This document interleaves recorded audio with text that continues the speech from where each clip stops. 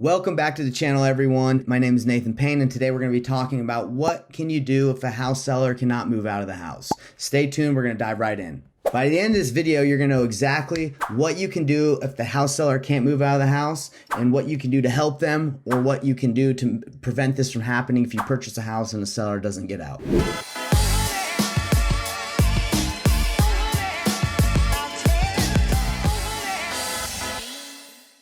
I'm going to go over some of the reasons why sellers don't move out, especially after you purchase the property. And I actually have a breakdown that I did earlier where I break down why this happens, how you can prevent it, and all the other details about it. So please stay tuned. I'm going to give you everything you need in case this has happened to you. So why wouldn't a seller move out after you purchase their property? Or why wouldn't a seller be able to move or get out? Well, there's a lot of different reasons, but mainly the reason is they don't have a place to go, right? So they get lazy. They don't know where to go after you've purchased the home. If you've let them stay in the property after, they're like, oh, I'll have time. And they just procrastinate, right? So you've agreed to purchase their home, and then they're like, let me take some time. I'll be able to find something.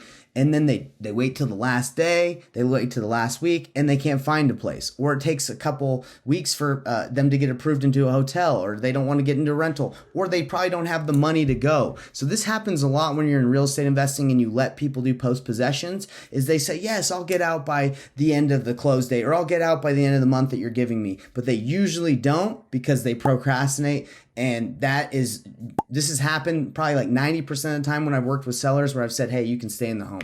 But right here, check out, I'm actually going to break down the reasons, other reasons why it happens, and what you can do about it, what paperwork you can do, what you can do to mitigate this from happening so you don't get caught with your pants down with a seller that won't get out of a house that you just purchased. But before I get into the breakdown that I have for you, I want to invite you to my masterclass. I run a free masterclass this Thursday where it's absolutely free to learn exactly how to get into wholesaling and doing deals with zero marketing spend. If you don't know these strategies, you need to use them, because marketing can put you in the hole. It can get you in a lot of debt if you don't know how to get deals from just working through free avenues. Go to my masterclass at painlesswholesaling.com, register, and I'll see you there, and let's dive right into the breakdown. What do you do if a seller can't move out after you purchase the home, or they won't move out, or they have tenants that won't move out? What are your options? Okay. So let's talk about it. So usually what happens is, as you deal with cash, you're trying to buy homes for cash, you're talking to tenants or sellers that have tenants. A lot of the situation where that happens is they have tenants that aren't paying and they don't want to move out. So they just want to sell the property and get out of the situation. So that's one situation. You're working with a landlord that wants to sell because the tenant's not paying and they just want you to take care of it, and they're willing to sell at a discount. Number two is you work with a seller, they live there, and you say, hey, I'll let you do a post-possession, but you're going to have to move out after 30 days. I'll give you 30 days. And they don't move out. Okay, that's another scenario. So it's tenants and it's a seller that won't move out. So what do you do in this situation? Okay, so let's first address the situation of a post-possession and the seller agreeing to, say they're going to move out after you close on it, but they don't. Now, this is the thing, guys. A lot of sellers will tell you anything you want that you want to hear. So I've done several post-possessions after you purchase the property, you let the seller stay in it. And I'd say 90% of the time they do not leave on time, 90%. And it's because they think they have more time to move and they don't move fast enough. Maybe they just don't care, about moving, and they just told you that. But what you can do with those situations is, number one, obviously you can evict them, right? I mean, you own the property, you can do an eviction, which costs like $1,000, right? Or more. When I did it, it cost like $1,000. And it's annoying. It takes like 30 days. You don't have to do that. Another option is if a seller doesn't want to move out, but they want to do a post-possession, you can hold back like $5,000 to $10,000 to $15,000 of their money, that they were going to get paid, until that will only get released until they move out, which I think is a great option to do. And in the contract, you can say, hey, look, if you don't move out by certain specific date, you will forfeit half or all your money, and that will give them incentive. But if you're going to do a post-possession, you don't hold any money back, they really have no incentive to get out, right? Like they're like, oh, I sold it. I mean, their incentive should be their word, right? But or not incentive, but they should just honor what they said. But a lot of them do not. That's one of the ways either you got to evict them, it's going to cost you $1,000 and maybe 30 days, depending on what state you're in. You can hold money back. Let's say their equity of what they're going to get paid when you buy their house is 30K. You can say, hey, look, I don't mind giving you your equity, but you want to stay in it, you want to move out, so we're going to hold back half of it until you move out and you get all of it, right? So we're going to give you 30 days. So that's another option. Another option is if they want to do post possession and they do not want to move out, you would have them sign a lease agreement saying, hey, they're going to rent it back from you and they can pay you, while they're staying in it, or you can like hold back a certain amount of that money that they're going to get paid and just say, hey, this is going to be applied to the rent. And then obviously if they don't follow the lease, you can evict them as well. But having a lease agreement in place is pretty money. You definitely want to do that if you're going to do a post possession. But anyway, guys, if a seller can't, and when I say can't move out, I don't think that's like a good word, because it's really like they agreed to it, you bought their house. If they won't move out after you close on it and you do a post possession, you got eviction option. Okay. And that's without having a lease agreement. You can evict them. It's going to be kind of messy and it's annoying. 30 days at least, $1,000 at least. You can hold money back at close so they don't get paid, or a lease agreement, right? Make them pay the rent while they're there. So those are the three options that I can think of at the top of my head if a seller won't move out. I mean, you can't really go in there and beat them up and take them out, right? Like that's just not going to work. Now, the other problem that we're going to talk about for cash for keys is if it's a tenant that they have, if you're talking to a landlord that has a tenant that they don't want to get out, and the landlord's like, look, just take care of the problem. I'll sell it to you at a discount, but I want to deal with this situation. I'm dealing with one of these situations in Ogden. The lady wants to sell her house, but her son's friends won't move out, and she's called the cops, and the cops are like, hey, we can't kick them out because they have squatters' rights, which is the stupidest thing I've ever heard. They literally can take control and possess a property without having any ownership to it, just because they slept in it or whatever. So she went with the cops. The cops wouldn't do anything, said you have to take it through the court system. So even if someone doesn't own the house, doesn't have a lease agreement, you still got to go through the court system and evict them, unless you go there and start whooping some A and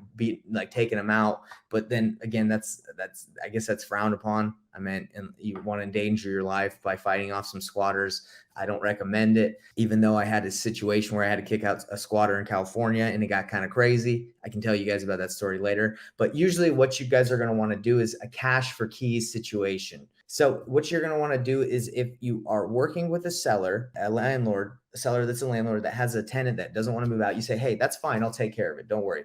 You bake it into your price, the purchase price that you're giving them, your offer, how much risk it's going to take to get rid of this person. And this first thing you're going to do is you're going to go to the tenant that's there or whatever that's leaving, you're not squatter, and you're going to say, hey, we're going to do cash for keys. I'm going to buy this house, and you have two options. One, if it's a tenant, right, you can say, hey, one, I can give you some money right now. You give me the keys and I'll give you some cash and you can get out of here, and I'll give you a couple days. Or two, I can evict you and you're going to have an eviction on your record, and it's going to be hard for you to be able to rent anywhere else, and no one's going to want to rent to you. So those are your two options. I can give you some money right now and you can get the bump out of here, or I can evict you and it's inevitable. Okay. And I'm going to do it because I'm buying this house. So guys, here is the cash for keys agreement that I can give you guys if you have any of these issues. Basically, before you give them any money, have them sign an agreement, and I wouldn't give them any money until they are out of the house. But you could say, hey, in good faith, you sign this, as soon as you're out, I'm giving you the money. And then you would just use this, and you can edit this, but you would agree on a certain amount for them to get the bump out of there. So that is an agreement I can give you guys. If you run into this problem, you're going to, if you're working with a lot of landlords, which are absentee owners, you're probably going to run into this problem a lot. And I have as well. But, if you're going to buy it, then you got to deal with that situation. If you're going to wholesale it, then the buyer's got to deal with that situation. But most buyers understand, the cash for keys. So that is what your options are. So let's review it, and then I'm going to bounce and go to the gym because it's Saturday. If a seller cannot move or won't move out, there's two different scenarios. If it's a seller that lives in the property that you're working with, and they said you gave them a post possession and let them live in there for maybe 30 days and they don't get out, you have three options. You can evict them. Okay. you can hold money back from what they were going to get at close. You can say, hey, look, you're owed 30, but I'm going to hold back 15 of that until you move out, and then it's going to get released to you. It's going to be held at the title company. They'll give it to you as soon as I can verify that you've moved out of the property. Or you can do a combination of the both. You can have them sign a lease agreement, you can hold money back, and you can evict them if they don't get out. That's if it's a seller that you've worked with, you gave a post possession. Now, the flip side is if you're working with a seller that is a landlord that has a tenant that will not get out, or a squatter, you can go directly to the squatter or the tenant and say, hey, look, I'm buying this house. I'm the new owner. I'm going to be the new owner. Or you can say, I'm the new owner. There's two options for you. We can do cash for keys, and I can give you some money. I can give you $500 and I give you 5 days to get out. And, I'll give you that money once you are out of here. Or I can evict you, and it's going to cost me money. It's going to cost me time. And that's not what I want. I don't think you want that for me. I don't want that for you. But if you have an eviction on your record, then you're going to not be able to rent anywhere, because people that try to rent out properties, they see that if you have evictions, and I mean, do you want to rent to someone that didn't pay rent before? No, that's the first indicator to not rent to somebody. So you can explain that to them. And that is how you deal with working with a seller that can't move or won't move. And you guys can dive a little bit deeper, be like, why aren't you moving? Do you not have a place to go? And, you usually want to figure that ish out before you buy the house if you're working with a seller and doing a post possession. But if they can't move for some reason, is it because you don't have a place to go, or is it because you don't have a place to move?